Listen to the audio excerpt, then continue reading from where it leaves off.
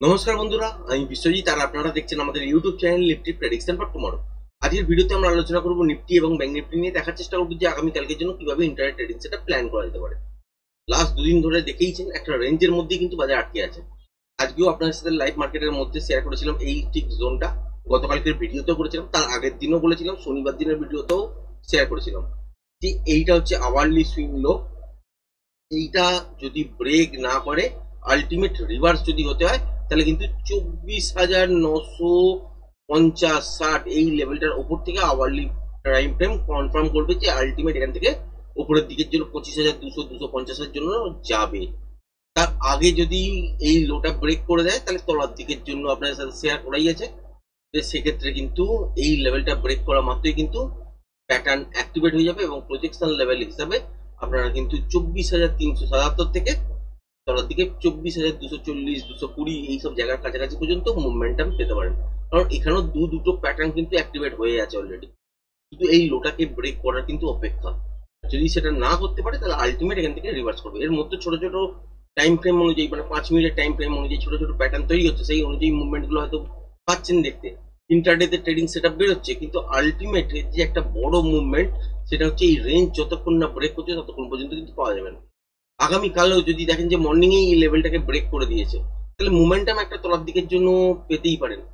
কিন্তু জানবেন যে এখানে কন্টিনিউশন প্যাটার্ন তলার দিকের জন্য যদি ব্রেক করে, এই সুইং লোটা যেটা হচ্ছে 24,536-34-34-35 এই জায়গাটা, এটা যদি কন্টিনিউ যদি ব্রেক করে, গ্যাপ ডাউনের সঙ্গে যদি খোলার পর যদি লেভেলটাকে ব্রেক করার পর যদি রিটেস্ট দেখবেন, রিটেস্ট যদি দেখেন যে তলাতেই হয়েছে এবং সাস্টেন করছে, তাহলে কিন্তু একটা মোমেন্টাম মর্নিংই পাবেন তলার দিকের জন্য।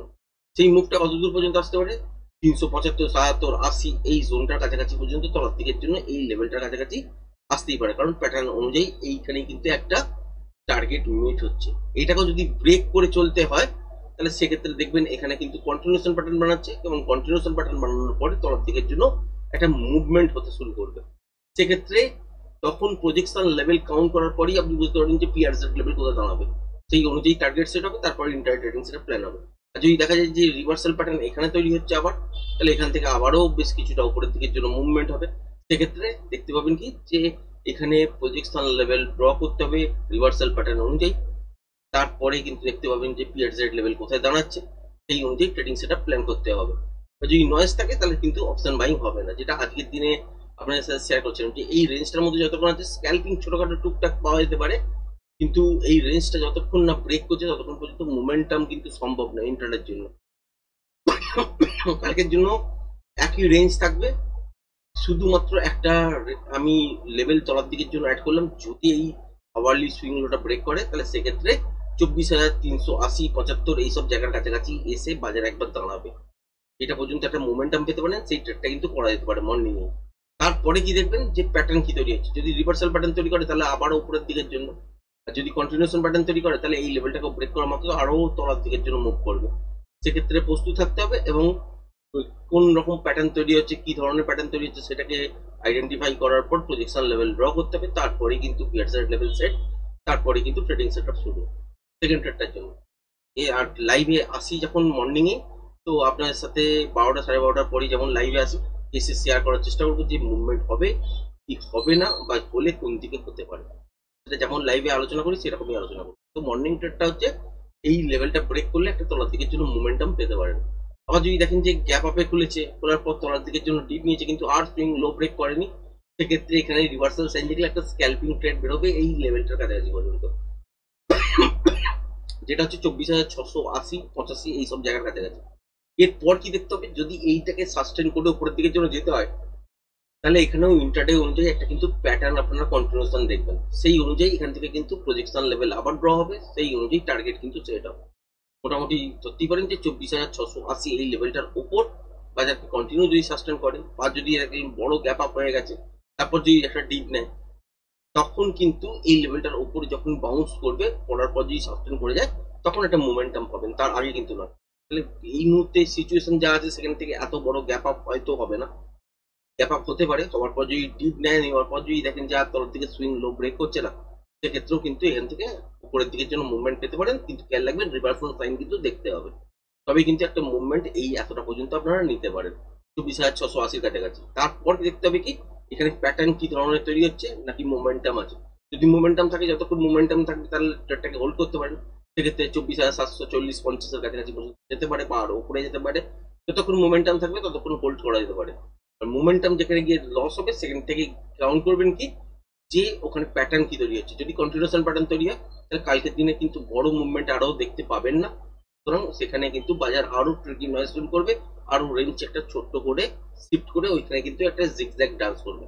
এছাড়া কিন্তু হবে না। যদি রিভার্সাল প্যাটার্ন তৈরি হয় তাহলে আবারও কিন্তু তলার দিকের জন্য মুভ। সেক্ষেত্রে পজিশনাল লেভেল ড্র করতে হবে। ড্র করার পর পিআরজেড লেভেল সেট করতে হবে। তারপর ইন্টার ট্রেডিং সেটআপ অ্যাক্টিভেট হবে যদি নয়েজ না থাকে। যদি নয়েজ থাকে তাহলে অ্যাক্টিভেট হবে না। কালকে এক্সপায়ারি আছে, এক্সপায়ারিটাও কিন্তু একটা মোটামুটি মুভমেন্ট পাবেন হয়তো, কিন্তু এক্সপায়ারি অনুযায়ী কিন্তু রেঞ্জ বাউন্ড টাইপেরই সিচুয়েশন, মানে খুব বেটার মুভমেন্ট কিন্তু হবে না। এক্সপায়ারি অনুযায়ী একটা মুভমেন্ট পাবেন, কিন্তু একদম রেঞ্জ বাউন্ড ট্রিকি নয় সেই রকম কিন্তু পাবেন না। মোটামুটি একটা মুভমেন্ট কালকের দিনে এক্সপেক্ট করা যাচ্ছে। খুব বড় মুভমেন্টও কিন্তু এক্সপেক্ট করা যাচ্ছে না টেকনিক্যালি অনুযায়ী। এবার জানি না আজ রাত্রিবেলা হয়তো মিডিয়াতে চলে এলো ডোনাল্ড ট্রাম্প আরো একটা কিছু অ্যানাউন্সমেন্ট এমন করেছে তার ফলে বাজার নেগেটিভ হয়ে গেল, সেটা আলাদা কথা, সেগুলো নিউজ বেসড। কিন্তু টেকনিক্যালি বেসড যদি বুঝতে হয় তাহলে কিন্তু এইরকম ভাবে কিন্তু ট্রেডিং সেটআপ সিলেক্ট করতে হবে। এবার যদি দেখেন ব্যাংক নিফটির ক্ষেত্রে সেম সিচুয়েশন আপনাদের সাথে শেয়ার করেছিলাম যে এই জায়গাটা দেখতে পাচ্ছেন ওপরের দিকে, এটার উপরেই একমাত্র সাস্টেন করতে পারলে, রিটেস্ট করার পর যদি সাস্টেন করতে পারে তবেই কিন্তু আলটিমেট এখান থেকে মোমেন্টাম হবে। আদারওয়াইজ এখানের কাছাকাছি যাওয়ার পর আবার তলার দিকের জন্য মুভমেন্ট হবে। তো সেই সেম সিচুয়েশনটা দেখতে পেয়েছেন। এখানেও একটা ইন্টারডেতে প্যাটার্ন তৈরি হয়েছে 5 মিনিট অনুযায়ী। সেই অনুযায়ী এখনো পর্যন্ত মুভমেন্ট এতটা পর্যন্ত দেখেছে। নেক্সট মুভমেন্ট এই লেভেলটা ব্রেক যদি করে, কালকের দিনে মর্নিং এ দেখেন যে 55,320 এই লেভেলটা ব্রেক করেছে, তাহলে এই সুইং লোটা তো বটেই, এর তলাতেও মুভমেন্টাম কিন্তু থাকবে। সুইং লোটা কোথায় আছে? 55,230 থেকে 200 এই জায়গাটায় হচ্ছে একটা সুইং লো আছে। এই লেভেলটাকে ব্রেক করা মাত্র যতক্ষণ পর্যন্ত মোমেন্টাম থাকবে ততক্ষণ পর্যন্ত হোল্ড করা কিন্তু যায়। এবং তারপরে দেখতে হবে যেখানে গিয়ে দাঁড়াচ্ছে তারপর প্যাটার্ন দেখতে হবে। প্যাটার্ন কি তৈরি হচ্ছে? কন্টিনিউশন প্যাটার্ন যদি তৈরি হয় তাহলে নিচের দিকের জন্য, এখানে যদি রিভার্সাল প্যাটার্ন তৈরি হয় তাহলে এখান থেকে উপরের দিকের জন্য, এইরকম টাইপের মুভমেন্ট কিন্তু করতে থাকে। এবার সেই অনুযায়ী আপনাকে প্যাটার্ন ড্র করতে হবে। তারপরে প্রজেকশন লেভেল ড্র করার পর তারপর আপনাকে পিআরজেড লেভেল সেট করতে হবে। তারপরেই কিন্তু এখান থেকে আপনি ট্রেডিং সেটআপের জন্য অ্যাক্টিভেট হতে হবে। আর যদি দেখেন গ্যাপ আপের সঙ্গে খুলেছে এই জোনটার ওপরে, তাহলে একটা ডিপ নিতেই পারে।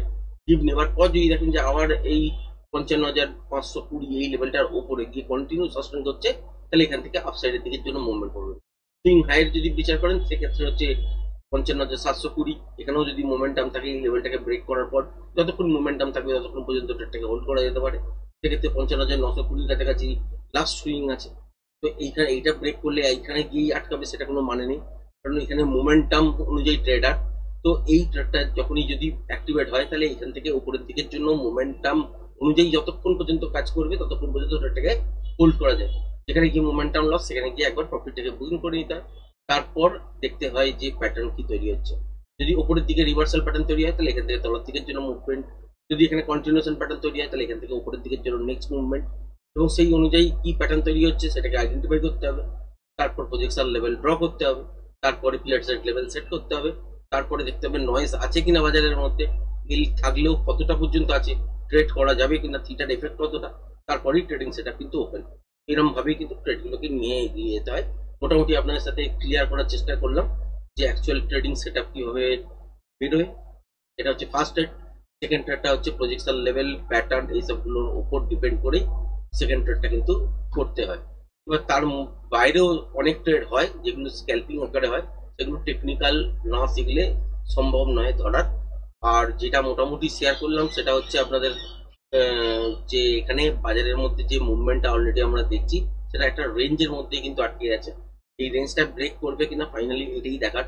তলার দিকে যদি এই রেঞ্জটা ব্রেক করে এবং কালকের দিনে যদি ক্লোজিংও পেয়ে যায় এর তলাতে, আলটিমেট কিন্তু তলার দিকের জন্য মুভমেন্ট হতে শুরু করবে।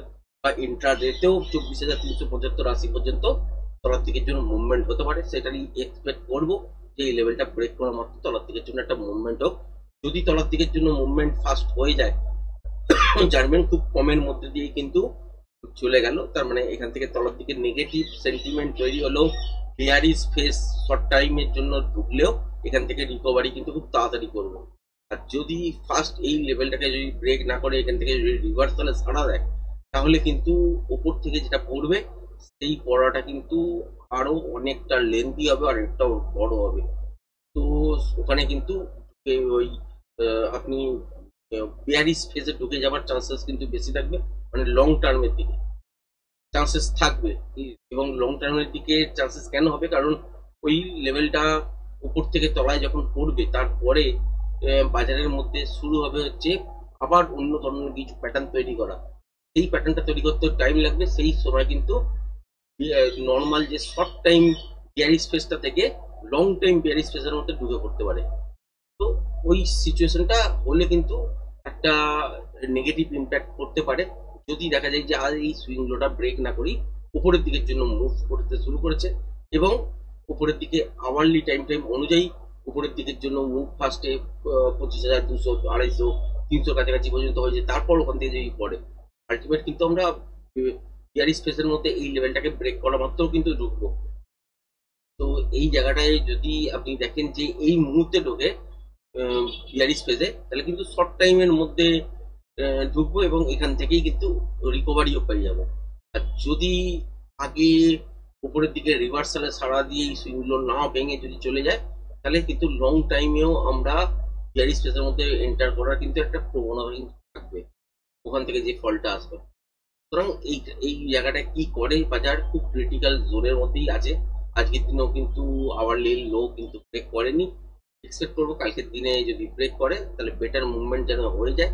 যদি হয় তাহলে অল্পের মধ্যে দিয়ে কিন্তু হয়ে গেল, তারপরে কিন্তু একটা ভালো মুভমেন্ট আপসাইডের দিকের জন্য প্রস্তুত কিন্তু হয়ে আছে। যদি তলার থেকে এই লেভেলটা ব্রেক করে এই মুভমেন্ট গুলো হয়ে যায়, সেটা 24,375 থেকেও বাউন্স ব্যাক হতে পারে। আবার এই লেভেলটাকে যদি মোমেন্টামের সঙ্গে ব্রেক করে বা এখানেও যদি প্যাটার্ন তৈরি করে দেয় কন্টিনিউশন প্যাটার্ন তলার দিকের জন্য, তাহলে কিন্তু 24,240, 50, 220 এইসব জোনের কাছাকাছি পর্যন্ত তলার দিকের জন্য আসতে পারে। সেটা কালকের দিনেই হয়তো হবে না, নেক্সট ডে হতে পারে, তারপরে কিন্তু একটা রিভার্স দেখতে পারেন। তো এইটুকুনি ক্যালকুলেশন আছে আওয়ারলি টাইম ফ্রেম অনুযায়ী। এই জায়গাটা ফার্স্ট, আর তলার দিকে হচ্ছে 24,220, 40 এই জোনটা কিন্তু সেকেন্ড। এটা হচ্ছে একদিনেই হয়তো কমপ্লিট হবে না, ট্রেন্ডিং বাজার হলে হয়তো একদিনে কমপ্লিট হতো, কিন্তু এখানে চান্সেস আছে কি যে এইটা পর্যন্ত এসে কন্টিনিউশন প্যাটার্ন হয়ে এই জায়গাটায় বন্ধ যদি করে, তো কালকের দিনের পর নেক্সট দিন বাদ বাকি মুভটা কমপ্লিট করার পর কিন্তু একটা রিভার্স হতে পারে। সুতরাং এটারই এক্সপেকটেশন থাকবে, দেখা যাক কি হয়। আর এই লেভেলটাকে ব্রেক করলে আপনারা জানেনই, আপনাদের সাথে বারবার কিন্তু প্যাটার্ন শেয়ার করেছিলাম, লেভেলগুলো নোট ডাউন করতে বলেছিলাম যে এই লেভেলটা ব্রেক করলে কিন্তু তলার দিকের জন্য 54,400 কাছাকাছি পর্যন্ত অ্যাক্টিভেট কিন্তু হয়ে যাবে, এবং 600 আগে, তারপর হচ্ছে 400 দিকে হবে। এবং যদি এই লেভেলটা ব্রেক করে তাহলে কিন্তু বেটার মুভমেন্ট হবে, আর নয়তো উপরের দিকের জন্য যাবে, তারপর থেকে যে পতনটা হবে সেই পতনটাতে কিন্তু বেয়ারিশ ফেজের মধ্যে লং টাইমের জন্য এন্ট্রি করার কিন্তু প্রবণতা দেখা যাবে। তো সেটা হবে কি হবে না সেটা পরের কথা, কিন্তু প্রবণতা কিন্তু থাকবে। তো আজকের ভিডিওটা এই পর্যন্তই, ধন্যবাদ।